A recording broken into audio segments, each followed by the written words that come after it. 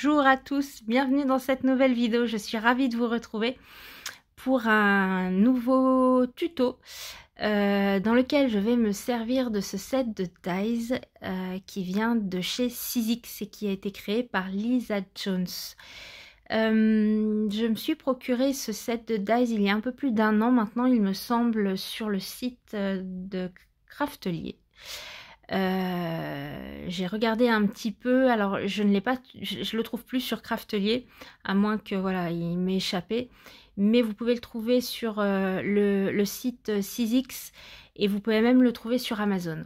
Voilà, si ces petites boîtes cadeaux, puisqu'à la base ce sont des petites boîtes cadeaux, vous font de l'œil. Je sais qu'il existe plein de dies voilà, dans ce style pour faire des boîtes.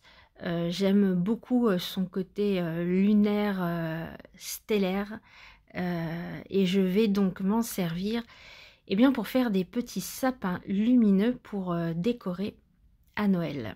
Voilà. Donc ce set est composé de 7 dies. Donc il y a les petites... Voilà. Ça, je ne vais pas m'en servir dans ce tuto. C'est juste pour faire, comme vous voyez sur l'image, des petits pendentifs, voilà, pour noter le nom ou un petit mot si vous vous en servez pour faire un cadeau. Dans ce tuto, je ne me servirai pas de ces petits dies. Je vais me servir du grand, qui est la base du sapin. Donc j'ai choisi un papier qui vient d'Action, voilà, un papier scrap qui vient d'Action avec des boules de Noël. Et je place donc le dies principal qui va faire la structure de mon sapin. Et à l'intérieur, je place les petits triangles qui vont perforer les faces en fait. Donc je laisse un petit espace entre chaque arête et je viens maintenir le tout avec un petit morceau de washi tape pour que ça ne bouge pas lors de la découpe, et je viens passer tout ça dans ma machine à découpe. J'ai une petite planche, voilà, qui est aimantée, que je trouve bien pratique avec cette machine de découpe. Il n'y a plus qu'à retourner la planche et rien ne bouge, tout reste bien sur la plaque. Il n'y a pas de problème de découpe en règle générale avec cette marque. De toute façon, c'est vraiment, on les paye un petit peu cher ces matrices, mais c'est vrai que ça découpe vraiment très très bien. Donc je fais 2 fois la même découpe. Je trouve que les bords pour plier par la suite ne sont pas assez marqués. Donc pour que ce soit plus simple au moment du pliage, je prends ma planche de rainurage et je viens repasser sur les bandes en fait qui ont déjà été marquées lors de la découpe. Je trouve, alors c'est vraiment une étape facultative et qui n'est absolument pas obligatoire, mais je trouve que vous verrez à la prochaine étape, quand on va faire le pliage, de repasser sur ce qui a déjà été marqué, et ben c'est beaucoup plus simple de plier. Là, le papier est assez épais, donc je trouve que c'est plus simple de repasser dessus. Donc je fais la même chose sur les 2 morceaux, en faisant bien attention bien sûr de rester sur ce qui a été marqué au moment de la découpe. Je me munis ensuite d'une perfo ronde pour perforer le fond de mon sapin. Vous verrez, pour par la suite insérer une bougie chauffe-plat, vous verrez. Donc là, je m'attaque au pliage qui sera le même sur les 4 faces. Donc je plie déjà, je ramène bien avec mes doigts avant de bien plier avec mon plioir. Et voilà, je fais surtout bien attention au sommet. Alors dans cette création, si le sommet n'est pas vraiment pointu, vous verrez, ça n'a pas vraiment d'importance, puisque par la suite je vais y ajouter un pompon. Mais si vous vous en servez, voilà, comme petit comme petite boîte cadeau, bien faire attention à cette étape pour que ce soit plus joli. Donc les 2 premières faces de mon sapin sont construites. J'aime bien me servir de cette tacky glue qui, il n'y a pas besoin d'en mettre énormément et elle colle très très vite. Et c'est vrai que c'est un gain de temps, elle est vraiment très bien cette colle, je l'aime énormément. Donc je mets de la colle et je viens bien maintenir les 2 arêtes bien sur le sommet et à la base. Et vu que c'est une Turbo Express, ça colle très vite. Il n'y a pas besoin de rester 5 minutes pour que ça colle. Ensuite, je viens avec mon plioir et j'appuie bien à l'intérieur pour que la colle soit bien répartie. Et je fais au final la même chose avec le deuxième morceau.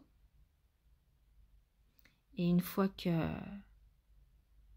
ce sera fait, il restera plus grand chose au final après. Je mets ma colle, je colle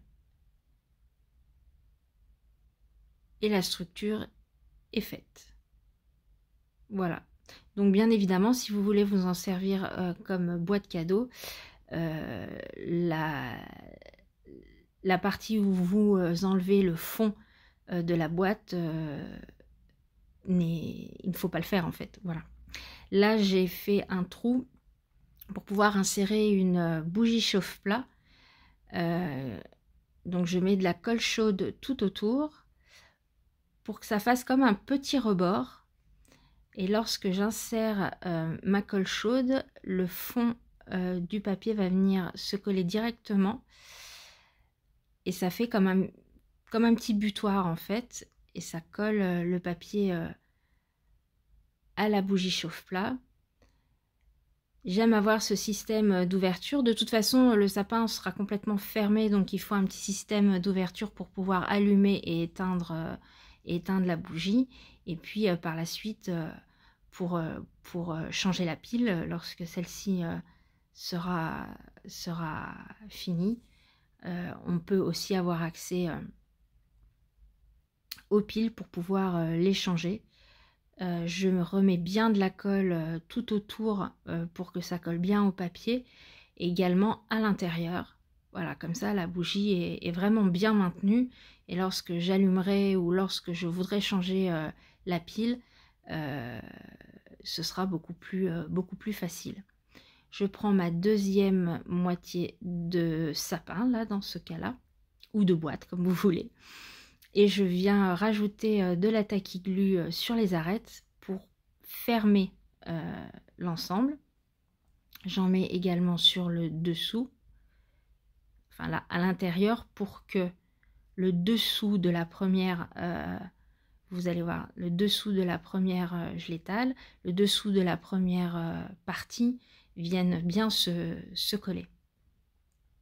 Je vous conseille d'abord coller la structure, le haut, la pointe, et une fois que les arêtes de votre boîte ou sapin a bien collé, de venir voilà, sur le fond. Ici j'étais un petit peu en décalé, j'ai le pied de la bougie chauffe-plat qui ne passe pas dans le trou. Donc je prends simplement un petit ciseau et je viens légèrement agrandir le trou fait avec la perfo pour que le papier, voilà, entoure bien la base de la bougie pour que ça ne bouge plus. Donc on n'hésite pas à revenir tailler un petit peu dans le papier et à bien coller tout autour le fond. Voilà, c'est presque fini. Je vais simplement par la suite rajouter un petit pompon sur le sommet. Donc pour ce faire, je garde ma colle chaude à portée. Voilà, donc là je vous montre où se situe la pile. Je choisis mon petit pompon, j'apporte une touche de colle chaude pour maintenir le pompon et je colle mon petit pompon. Voilà.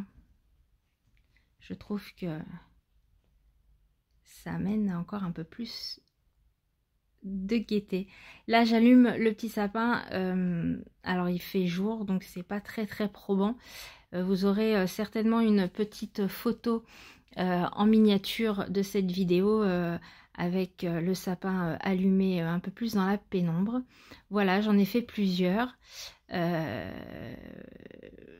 pour en mettre un peu partout autour du sapin. J'espère que ce petit tuto vous aura donné l'envie, si vous avez ce genre de dies à la maison, de vous en servir.